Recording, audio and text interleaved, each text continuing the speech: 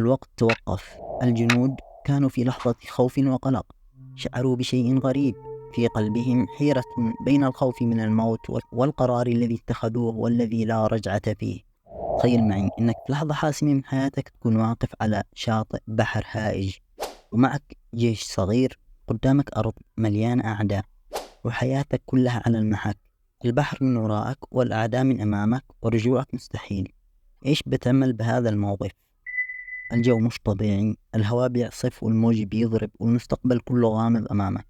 في وسط هذه اللحظة كان في شخص واحد فقط يقدر يقلب المعركة لصالحه، مش بالعدد ولا بالسلاح، ولكن بشيء أقوى من العدة والسلاح، وهو الإيمان بالله والشجاعة. في ذلك اليوم التاريخي قال طارق بن زياد الكلمة التي غيرت مجرى التاريخ. قال فيها: أيها الناس، أين المفر؟ البحر من ورائكم والعدو من أمامكم، وليس لكم والله إلا الصدق والصبر. الوقت توقف. الجنود كانوا في لحظة خوف وقلق، شعروا بشيء غريب في قلبهم، حيرة بين الخوف من الموت والقرار الذي اتخذوه والذي لا رجعة فيه. كان الجميع يعرف أنه ليس لوحده، وأن أمامه طريق واحد فقط، وهو القتال بكل ما أوتي من قوة، وما كان عندهم من خيار ثاني. وكان كل واحد منهم يعرف أنه لا يحارب من أجل نفسه، ولكنه يحارب من أجل الأمة كلها. من هنا بدأ أعظم الفتوحات في التاريخ، وهو فتح الأندلس الذي غير خريطة العالم. هل تصدق أن ذلك الجيش كان أقل عددا ولم يكن مجهزا بالأسلحة الحديثة أو التقنيات المتطورة، لكن كان عندهم إيمان قوي بالله وعزيمة لا تقهر.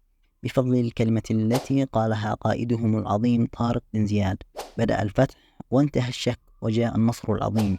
لازم نحن نفهم أن طارق بن زياد ما كانش فقط قائد عسكري، لكنه كان قائد في الروح، في الإيمان، في القدرة على تحفيز جيشه لتحقيق ما قد يبدو مستحيلا عند البعض. طيب هذا يهمنا نحن بشيء؟ أكيد. لو كنت في مكان طارق بن زياد، هل كنت تقدر تتخذ نفس القرار؟ هل كنت بتواجه الموت بشجاعة أو تهرب من التحدي؟ قصة طارق بن زياد بتقول لنا إن الحياة مش بس معركة بالأسلحة، الحياة معركة إيمانية، الحياة معركة للروح والعقل. لهذا لما تواجه أي تحدي في حياتك، سواء في الدراسة أو في الشغل أو حتى في الأوقات الصعبة، لازم تتأكد إن الإيمان والعزيمة هما المفتاح. وصدقني في اللحظة اللي بتكون حاسس فيها إنك مش قادر، صدقني حتلاقي إيمانك هو القوة الحقيقية. اللي عاوز يغير حاله لازم يكون عنده إيمان إنه ما فيش حاجة مستحيلة. في النهاية تذكروا إنه الطريق إلى النصر يبدأ بالقلب قبل السيف. أخيرا، لو كنت مستمر معي إلى الآن، لا تنسى الاشتراك في القناة.